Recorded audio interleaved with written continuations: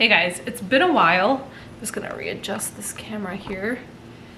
But yeah, I thought I would do just a random vlog today. Excuse the crazy hair.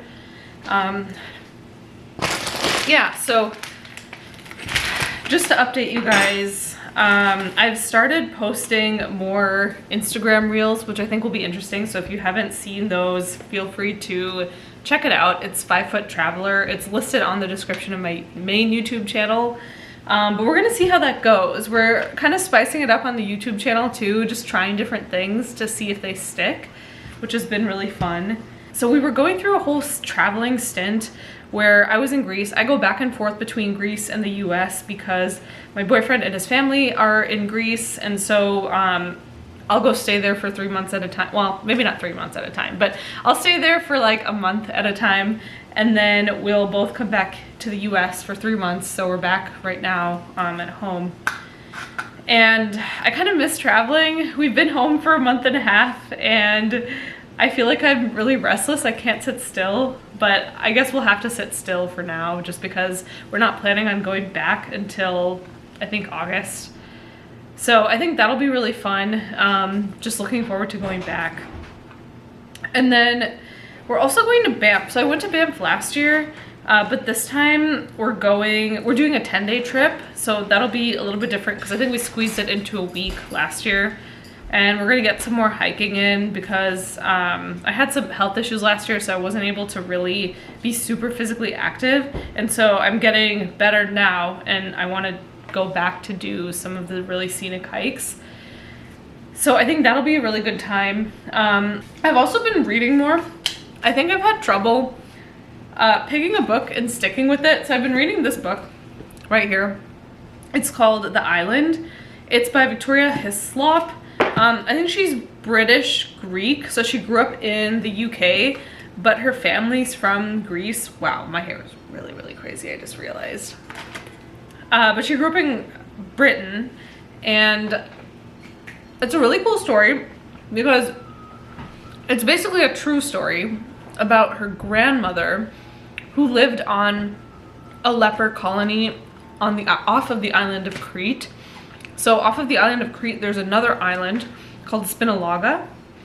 And a lot of people back in the early 1900s, when they had leprosy, it was thought to be something that was infectious, even though now they know that it's genetic and it's curable now, obviously. But they were isolated on this little island of Spinalonga. And it's such an interesting story because it's from the perspective of the granddaughter who goes to Crete to learn more about her family history. And she meets a lot of the people that were there during the time, right? So like a lot of the people that she meets are in their 60s and 70s, but they were kids when, for example, like the Germans invaded Greece when it was like Nazi Germany.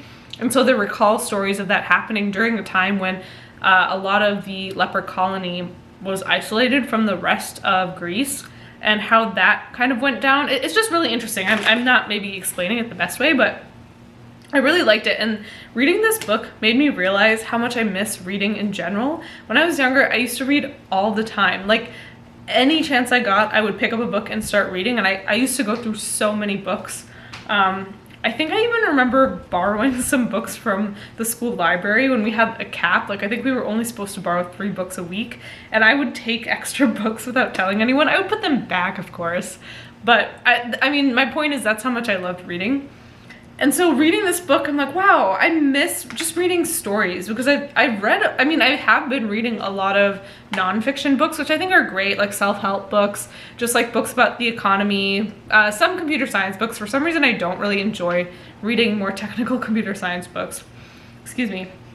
But just like stories, you know, just raw fiction books about, you know, just, and again, this is a true story technically, but it is still kind of a work of fiction because I think there's been a lot of things that have been added, like just embellishments.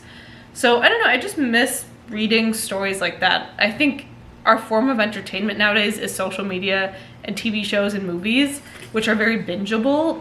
And I think that's a great way of telling a story too. I mean, I make videos, and I do think it's a great way of like showcasing information.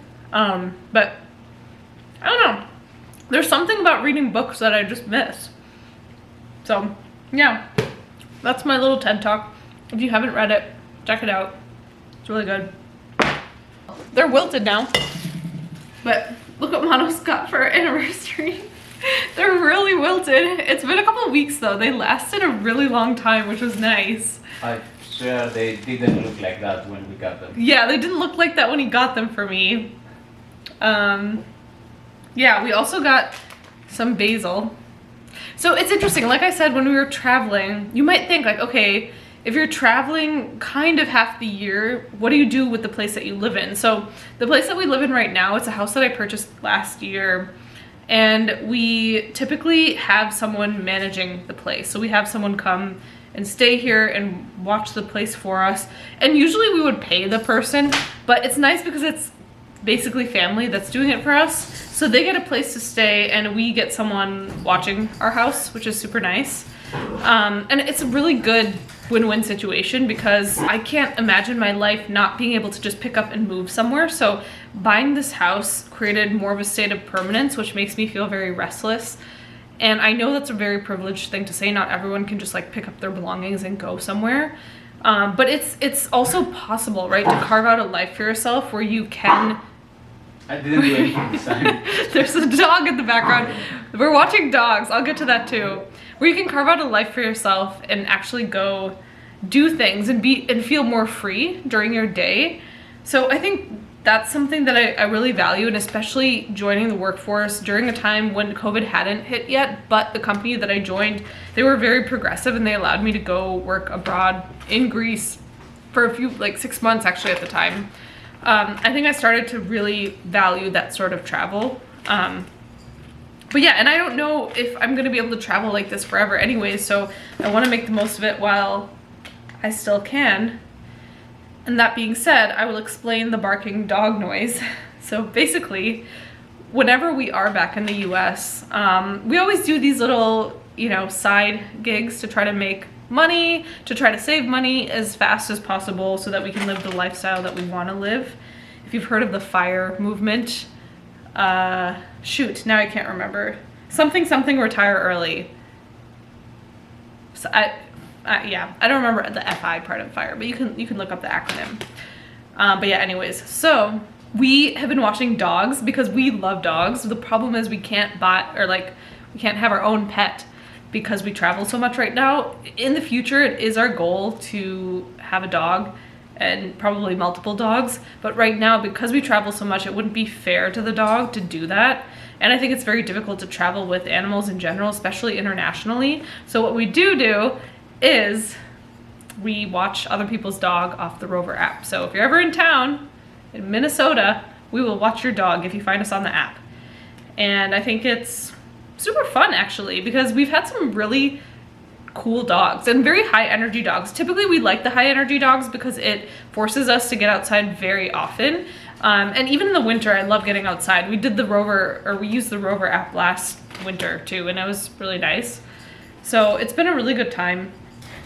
And I think the coolest thing about it is it feels like it's our dog, right? Because the owners will drop off their dogs for a week at a time, and that's enough time for you to really form like an attachment with the dog. You probably hear him in the background right now. This one's a little scruffy, like Bichon Shih Tzu. I'm not really a small dog person, even though I grew up with a small dog. Little dogs. This is why I'm not a big fan of little dogs, because they bark all the time. But we've usually been taking care of high energy, mid-sized to big dogs. And we've had some funny stories, definitely. We had one border collie. She was so smart, which border collies are the smartest dogs. Like, they're the most intelligent breed.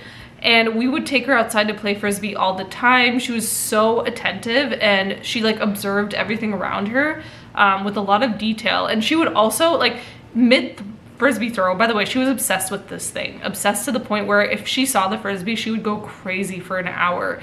And if we were walking around with the Frisbee, she wouldn't let us go unless we gave it to her in her mouth. Like, she would hold the Frisbee in her mouth while walking around. Anyways, so she was so obedient too, to the point where we would throw the Frisbee, and if we would say wait, she would mid-run stop. She would stop. And then when we told her that she could go, then she would go run and get the Frisbee back. So we've had dogs like that where they're super obedient. They're really easy to take care of. They are high energy, but that works out for us because again, we want high energy dogs to force us to like go out and go do things. But then we've also had some dogs that are older and they are just a little bit lower energy, and that's been fine too. We just take them for shorter walks and we just monitor their energy levels. And then we've had little dogs like we have today, the Bichon Shih Tzu mix. I think it's a Bichon Shih Tzu mix. And it's so tiny, it looks like a little snowball. But yeah, it's been fun. It's been a lot of fun. I think it's super fulfilling also to just, I don't know, play with little dogs. I know we're not fostering dogs. It's not like we're doing something really good for people. It is a service at the end of the day and we're getting paid for it. But I don't know, it's something that's really fun to do, and because we can't have our own dog, I enjoy it. So I'm gonna make some tea. You might see some steam coming out. We're also trying to grow our grass. Okay, let me show you guys our grass because it looks really bad. Okay. So, I don't know if you can tell, but do you see those patchy spots over there? Yeah, that's our grass. And I think, oops, ow, I just hit my foot bone. It's been really hard to grow grass for some, well, okay, we haven't actually really tried to grow grass, but I think it will be hard just because I called a service to try to grow our grass last year when I first bought the house. And so they planted a bunch of seeds, they watered the grass initially. I didn't live in the house for a couple of months. It took a few months to set it up first. So I think what I was supposed to do is to go every day and water the seeds, so it's probably my fault actually. So I think what we're gonna do today is go get outdoor sprinklers and seeds. And I think there's a specific type of like soil that you need to use, and then also the depth of the soil has to be a certain amount. I actually don't even know what those numbers are, so I'll have to Google it really quick. But yeah, we're gonna try again because our grass, I don't know, it just looks not super healthy, and in contrast our neighbor's grass looks really, really nice. So I kind of feel bad because, okay, of course you judge yourself more than other people judge, but if I had grass like that, I would judge really hard. Our grass is really bad and their grass in contrast is really, really good. They mow their lawn like every other day. It's like the perfect length. There's no patches. It's super green, like just really well done. And we haven't gotten the chance to do something like that yet. Again, because we're so busy and just traveling all the time, I think there are certain things that we sacrifice, and some of it is, of course, something like lawn care. It is a lot of work to maintain a house, and you know, it just is a lot of work to do sometimes. So yeah, so we're gonna try to figure that out. We'll probably go get an outdoor sprinkler today, like in a few minutes actually. We'll head up to go get it and then see how that works, and we need to get a lawnmower. The problem is lawnmowers are expensive and kind of heavy, and we don't have a ton of storage. So we're thinking of just borrowing someone's lawnmower a couple of times in the summer and then using that and getting away with it that way, just like using it a couple times. But let me know if I'm that annoying neighbor where we're not like upkeeping the front and backyard. Like we upkeep the inside of the house, and we've like replaced a bunch of things. Like we've replaced the water heater, the water softener. We've gotten the fireplace cleaned. Like we've done a lot of stuff internally in the house to update it. Not like renovation update, but just like normal maintenance things. But I think the outside of the house is what's lacking, and I think we've kind of put that off for a while. So we'll see. I'll keep you guys updated, and that's pretty much it for my quick vlog situation. So thank you for tuning in. Talk to you guys later.